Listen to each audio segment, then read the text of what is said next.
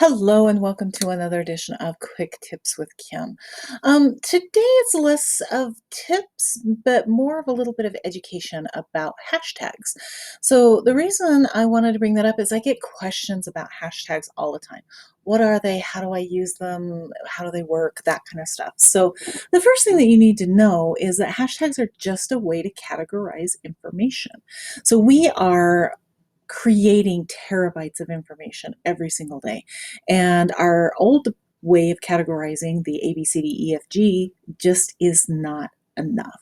So now we have to do words and phrases. And so that helps us track trending things, be able to figure out, like, if I want to look at dogs of Instagram or, makeup palettes or theater arts or whatever it is that you're interested in, I don't have to try to figure it out alphabetically. I can use a hashtag. There's millions of hashtags, literally, and they have millions of followers. It just kind of depends on what they are. And so, as you can see on my screen here, is that this is part of a presentation that I do on Instagram that talks about some of the top 10 hashtags that are out there, some of the ones that are relevant to our area that I live in, and just some tips about being creative and don't be boring.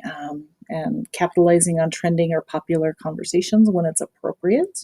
And I always get the question, how many do I use? Well, Instagram will allow you to have 30. I recommend that you have at least 3 on every post, and I would go up to 10 to start with. 30 might be a little overkill. There's lots of people that have opinions all over the internet about how many hashtags, but for a small business, minimum of 3. Keep it at that.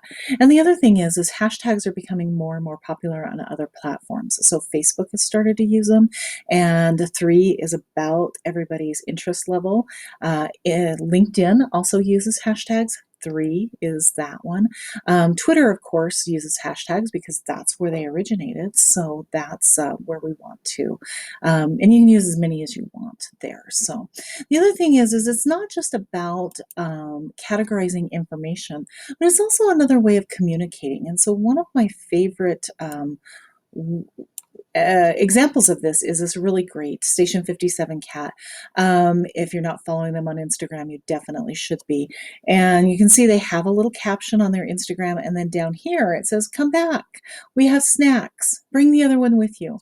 Those are very cute, and they're communicating extra bits of information that this isn't their cat. They're being very cute because nobody's following the hashtag "bring the other one with you," but it is a way to use the hashtag to communicate extra bits of information. And I think that's very clever. So one last thing I want to talk about is how to look for hashtags. So normally you would be doing this on your mobile phone, but you can do it on the desktop. And if you just put in the hashtag symbol and you put in something like Boise dogs, I don't know why.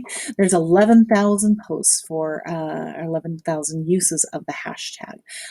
If I wanted to talk about Boise food, of course, again, I'm in Boise, Idaho, so there's 26,000 food posts, or Boise food posts. There's 15,000 Boise foodie posts. Now, if I were to expand this out and put in Idaho food, I would expect there to be slightly more than the Boise, or if I just put in food in general. So I recommend that you do some research, kind of figure out some hashtags that you would like to use and create a library and keep it in the notes section on your phone. And so that way you always have it so you don't have to think of this every time. And just kind of keep looking for new hashtags that are relevant to what it is that you do in your business or whatever it is that you do. So anyhow, I hope you found this helpful, and thanks for tuning in. Give us a like, subscribe, do all the things. Thank you.